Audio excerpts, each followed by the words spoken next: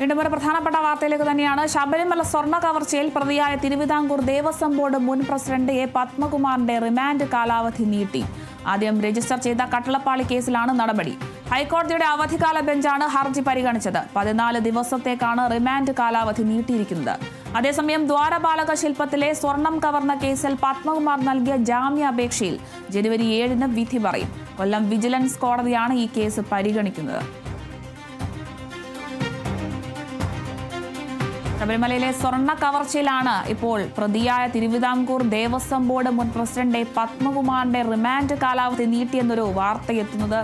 ആദ്യം രജിസ്റ്റർ ചെയ്ത കട്ടളപ്പാളി കേസിലാണ് ഇപ്പോൾ നടപടി എടുത്തിരിക്കുന്നത്. ഹൈക്കോടതിയുടെ അവധിക്കാല ബെഞ്ചാണ് പത്മകുമാറിന്റെ ഹർജി പരിഗണിച്ചത്. ഇതിന്മേലാണ് റിമാൻഡ് കാലാവധി പത്മകുമാറിന്റെ റിമാൻഡ് കാലാവധി നീട്ടിയതായി അറിയിച്ചിരിക്കുന്നത്. 14 ദിവസത്തേക്കാണ് റിമാൻഡ് കാലാവധി നീട്ടിയിരിക്കുന്നത്. അതേസമയം ദ്വാരപാലക ശില്പത്തിലെ സ്വർണം കവർന്ന കേസിൽ പത്മകുമാർ നൽകിയ ജാമ്യാപേക്ഷയിൽ ജനുവരി 7-നായിരിക്കും വിധി പറയുക. കൊല്ലം വിജിലൻസ് കോടതിയാണ് ഈ കേസും പരിഗണിക്കുന്നത്.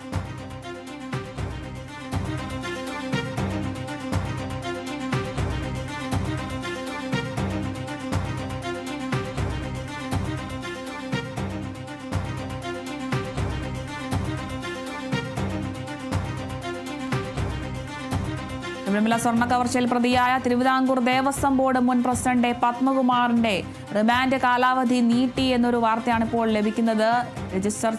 ആദ്യം രജിസ്റ്റർ ചെയ്ത കട്ടളപ്പാളി കേസിലാണ് ഇപ്പോൾ റിമാൻഡ് കാലാവധി നീട്ടി എന്നൊരു നടപടി എടുത്തിരിക്കുന്നത്. ദേവസ്വം ബോർഡ് മുൻ പ്രസിഡന്റായ പത്മകുമാറിന്റെ റിമാൻഡ് കാലാവധിയാണ് നീട്ടിയിരിക്കുന്നത്. ഹൈക്കോടതി അവധിക്കാല ബെഞ്ചാണ് ഹർജി പരിഗണിച്ചിരിക്കുന്നത്. 14 ദിവസത്തേക്കാണ് പത്മകുമാറിന്റെ റിമാൻഡ് കാലാവധി നീട്ടിയിരിക്കുന്നത്.